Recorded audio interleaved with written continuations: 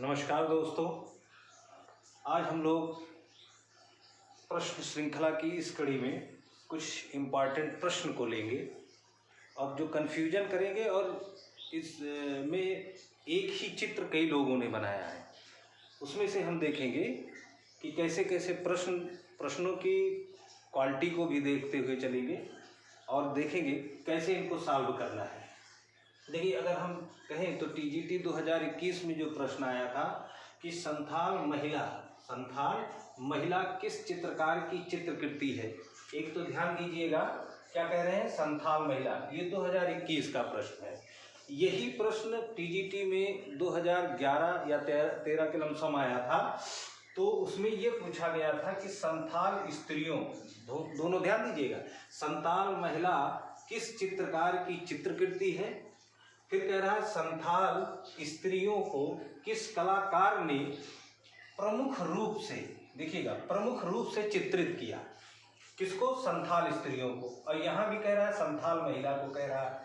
अब यहाँ ये ध्यान दीजिएगा, विकल्प देख लेते हैं। तो राजा रवि वर्मा, यामिनी राय, सैयद हैदर रजा, के.एन. मजूमदार। के.एन. मजूमदार मतलब क्षितेंद्रनाथ मजूमदार। और यहाँ विकल्प देख लीजिए जो संथाल स्त्रियों का है, नंदलाल, यामिनी राय, असित कुमार हल्दर, अमृता शेरगिल। अब संथाल महिला किस चित्रकार की चित्रकृति है जो 2021 में है, तो उसका आंसर होगा यामिनी राय, यानी यामिनी रंजन राय। एकदम नोट कर लीजिएगा। फिर कह रहा संथाल स्त्री, अब यहाँ पर भी यामिनी राय है, तो अगर हम इसको याद किए रहेंगे तो दिमाग में तो यामिनी राय बैठा रहेगा, ठीक ना। लेकिन यहाँ पर कह रहा है प्रमुख रूप से चित्रित किया गया है। किसको? संथाल स्त्रियों को। तो संथाल स्त्रियों को प्रमुख रूप से जो चित्रित किया गया है, अगर उस पर ध्यान दें तो यहाँ पर इसका आंसर होगा नंदलाल बोस, नंदलाल बसु। क्यों? प्रमुख रूप से चित्रित किया है ना, तो ये नंदलाल बसु का होगा। अब देखिए, तो यहाँ यामिनी राय क्यों नहीं होगा? तो यामिनी राय ने भी जो है संथाल पर, इन्होंने, संथाल एक जनजात है, तो संथाल जनजात पर नंदलाल ने भी चित्र बनाया, संथाल जनजात पर यामिनी राय ने भी चित्र बनाया, संथाल जनजात पर असित कुमार हल्दर ने भी चित्र बनाया है।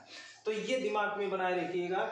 ऐसे भी प्रश्न पूछ सकता है कि संथाल जनजात पर किन कलाकारों ने चित्र बनाया, तो नंदलाल ने भी बनाया है, यामिनी राय ने भी बनाया है, असित कुमार हल्दर ने बनाया है। अच्छा, इसको नोट कर लेते हैं क्या क्या बनाया है। असित कुमार ने जो बनाया था संथाल के ऊपर, उसमें बनाया था संथाल का लोक नृत्य या संथालों का लोक नृत्य, संथाल का लोक नृत्य। और भी बनाए हुए हैं, लेकिन ज़्यादा कर देंगे तो हम लोगों को दिमाग में बैठाने में थोड़ा सा तकलीफ होगी, तो हम लोग धीरे धीरे करके, कहीं से आप एक नोट्स बना लीजिए। तो संथाल के ऊपर विशेषकर उनको एक बना लीजिए कि संथाल के ऊपर किन किन लोगों ने चित्र बनाया है, क्योंकि आगे प्रश्न आएंगे तो इतना याद रहे कि असित कुमार हल्दर संथाल का लोक नृत्य इन्होंने बनाया है। यामिनी राय ने देखोगे तो यामिनी राय और नंदलाल बोस, इन दोनों ने, तो नंदलाल बोस का तो याद रखिएगा संथालों का लवाई नृत्य, संथालों का लवाई नृत्य, इनकी एक चित्र है, संथालों के ऊपर बनाया है।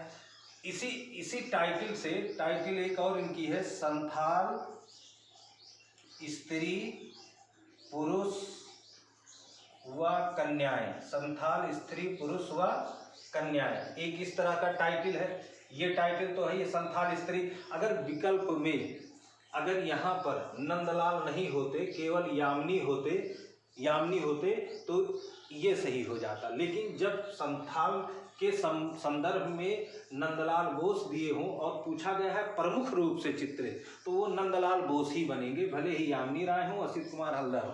तो संथाल के ऊपर, हाँ, टाइटल विशेष करके पूछे, जैसे पूछ ले संथाल का लोक नृत्य, तो संथाल का लोक नृत्य क्या है, असित कुमार हल्दर ने बनाया है। संथालों का लवाई नृत्य, अगर ऐसे करके पूछे संथालों का लवाई नृत्य, तो नंदलाल बोस ने बनाया है। तो ये क्लियर रहेगा कि अगर संथालों का, तो उसमें भटकना नहीं होगा। अब एक है संथाल स्त्री पुरुष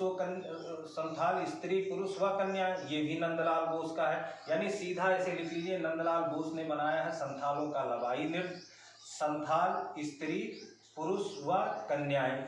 अब यामिनी राय का यामिनी राय का अगर देखोगे तो संथाल के ऊपर एक इन्होंने बनाया है, एक तो देखा संथाल महिला जो 2021 में किसने बनाया है, यामिनी राय ने बनाया है, ठीक ना। और एक जान लीजिए, एक इन्होंने बनाया है hand of a Santhal, hand of a Santhal, एक चित्र इनका है हैंड ऑफ अ संथाल, किसका, यामिनी राय का है, हैंड ऑफ अ संथाल। अच्छा, एक और ध्यान रखे रहिएगा, अगर हम यहीं पर राम किंकर बैज को ले लेते हैं, राम किंकर बैज जो पश्चिम बंगाल के बांकुड़ा जिले के जुग्गीपाड़ा नामक स्थान पर इनका जन्म हुआ था, और ये खुद संथाल जनजात के थे। कौन, राम किंकर बैज, ये उन्हीं के जैसा, मतलब चाहे जितना इनको प्रसिद्धि मिल गई हो, लेकिन ये उन्हीं के जैसा रहते थे और उन्हीं पर ज़्यादा वर्क करते थे। DSSB 2015 में आया था, कौन ऐसा कलाकार है जो संथाल जनजातियों की तरह रहते हैं और उन्हीं पर विशेष कार्य करते हैं, तो वो राम किंकर बैज है। और राम किंकर बैज का जन्म कब हुआ था, बहुत इंपॉर्टेंट है, बहुत पूछा जाता है। इनका दो जन्म याद रखिए, 1906 और 10 दोनों हैं, ठीक ना। तो 1906 जैसा विकल्प होगा उसी अनुसार का करिएगा। इस पर हम आगे चर्चा करेंगे, अभी इनके बारे में हम लोग पढ़ा जाएगा। तो राम किंकर बैज है, राम किंकर बैज ने एक तो मूर्ति बनाई है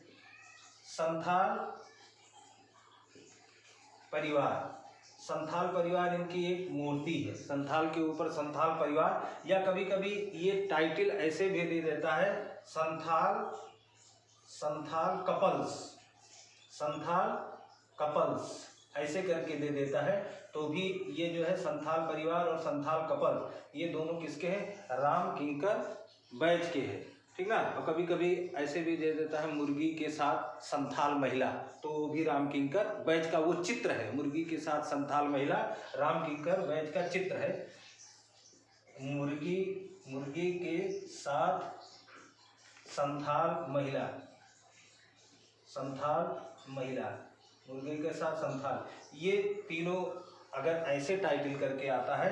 और संथाल परिवार तो इनकी मूर्ति है, सीमेंट और कंक्रीट की बनी हुई है, जो शांति निकेतन के परिसर में इसे बनाया था संथाल परिवार, उसी को संथाल कपल्स के नाम से भी दे देता है। और एक मुर्गी के साथ संथाल महिला, यही टाइटल है, आप लोग देख लीजिएगा, तो में भी यही है, मुर्गी के साथ संथाल महिला, ये चित्र है राम किंकर बैज का, ये इन्होंने बनाया है।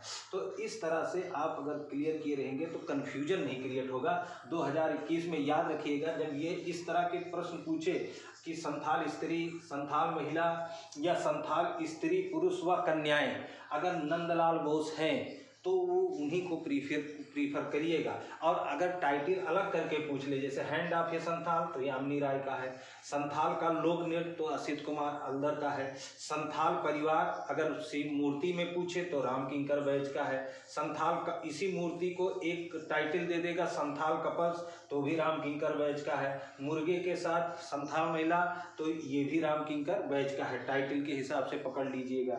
तो थालों के ऊपर एक और चित्र ध्यान दे दीजिएगा, हमारे तैयब मेहता को चलते हैं, तैयब मेहता के पास चलते हैं। तो तैयब मेहता की एक चित्र है संथाल जनजात के ऊपर, संथालों का बसंत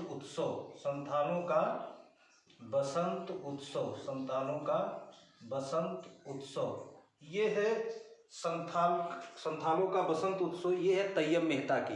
तो ध्यान, अगले चित्र पर ध्यान देते हैं, जो PGT 2021 में पूछा गया था कि निम्नलिखित में से किस चित्रकार ने महिषासुर चित्र श्रृंखला, ध्यान दीजिएगा, महिषासुर चित्र श्रृंखला चित्रित की है। विकल्प है MF हुसैन, तैयब मेहता, जतिन दास, गणेश पाइन। तो महिषासुर चित्र श्रृंखला किसने चित्रित की है, तैयब मेहता ने ये चित्र श्रृंखला चित्रित की है।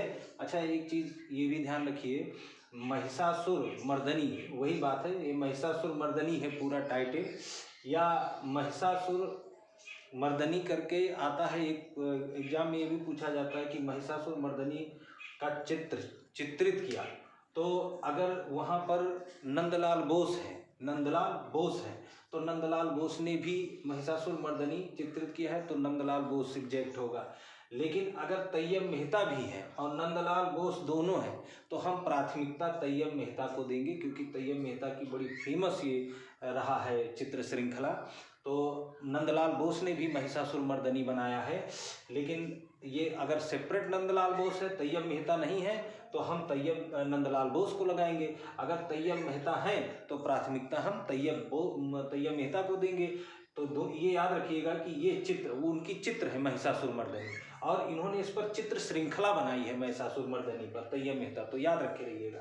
फिर देखते हैं, ये टीजीटी 2021 में प्रश्न आया था, सेलिब्रेशन ट्रिब्यूट्स को एक्रेलिक में चित्रित करने वाले चित्रकार का नाम याद रखिएगा, बहुत इंपॉर्टेंट है। ऐसा ना सोचिए कि ये आया है तो नहीं आएगा, संभावना सब है, एक एक क्वेश्चन हीरा और मोती की तरह है, तो ये ध्यान रखे रहिएगा। इसमें कुछ चीजें क्या है, देखिए सेलिब्रेशन ट्रिब्यूट्स, एक बार यही प्रश्न जो है कैसे पूछा गया था, जश्न त्रिफलक।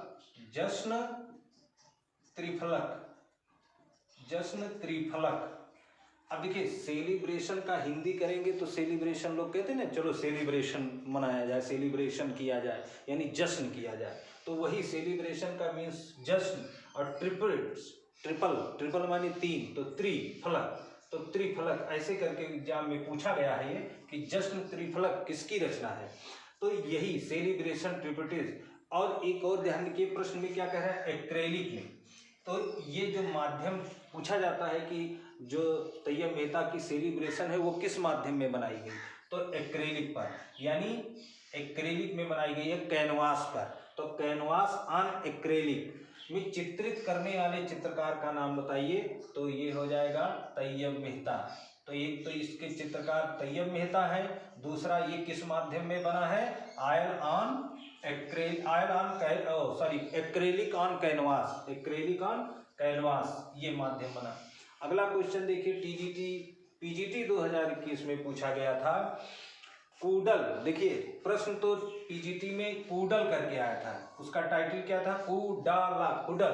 देखिए इसको 3 नामों को याद रखिए, कभी कुणाल करके पूछ लेता है, कभी कुदाल करके भी पूछ लेता है, तो एक ही बात है, तो ये नहीं, तो ध्यान रखिएगा। कूडल नामक फिल्म को किसने बनाया, पीजीटी 2021 का प्रश्न है।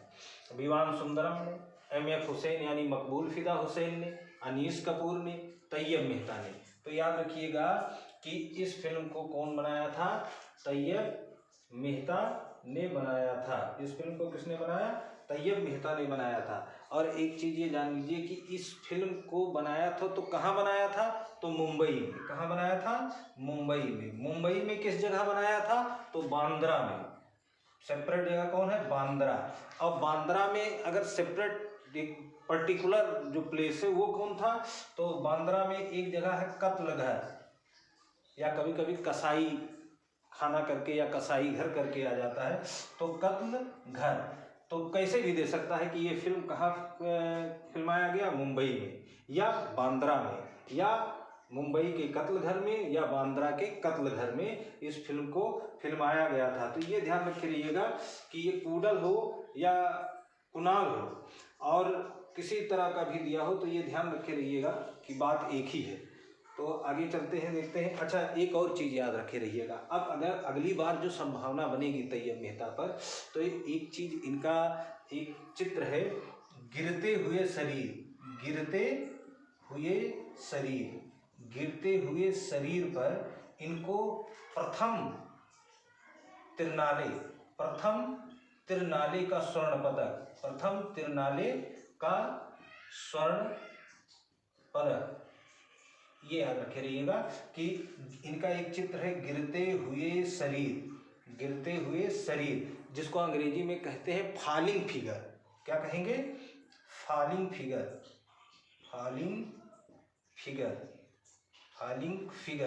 और तिरनाले मतलब 3 वर्ष। देखिए राष्ट्रीय ललित कला अकादमी की स्थापना कब हुई थी, 5 अगस्त 1954 में हुई थी। और 1955 में वार्षिक प्रदर्शनी उसने शुरू कर दी थी राष्ट्रीय ललित कला अकादमी की। कब? 1955 से। लेकिन हर तीसरे साल एक प्रदर्शनी होती है, वो अंतर्राष्ट्रीय प्रदर्शनी होती है। त्रिनाले माने हर तीसरे वर्ष। तो तीसरे वर्ष जो त्रिनाले, उसी को कहा गया त्रिनाले। तो ये राष्ट्रीय ललित कला अकादमी त्रिनाले का आयोजन करती है हर तीसरे वर्ष, अंतर्राष्ट्रीय प्रदर्शनी है। और उसकी शुरुआत 1968 में की गई थी। ये भी प्रश्न आया गया था कि त्रिनाले की शुरुआत कब की गई है? 1968 में।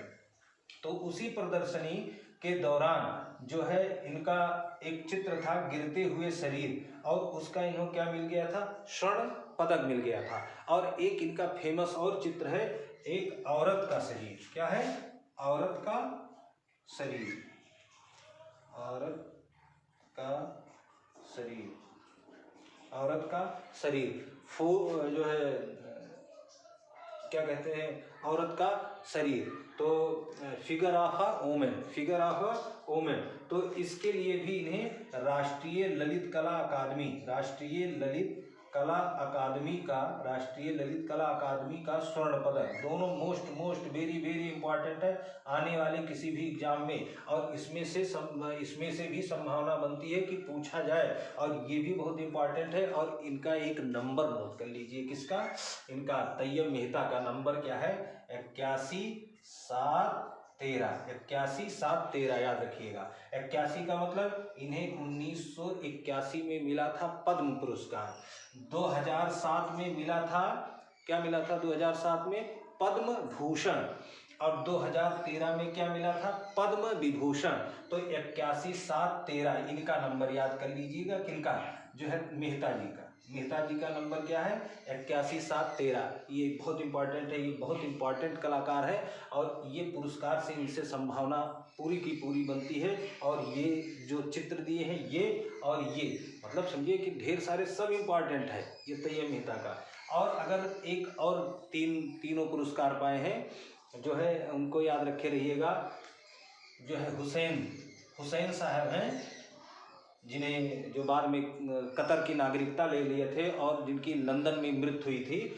इन हुसैन का नंबर है 667391। 667391। देखिए जैसे मैं याद किया हूँ इनका कि मेहता जी का नंबर क्या है? 81,713 और हुसैन का नंबर क्या है? 667391।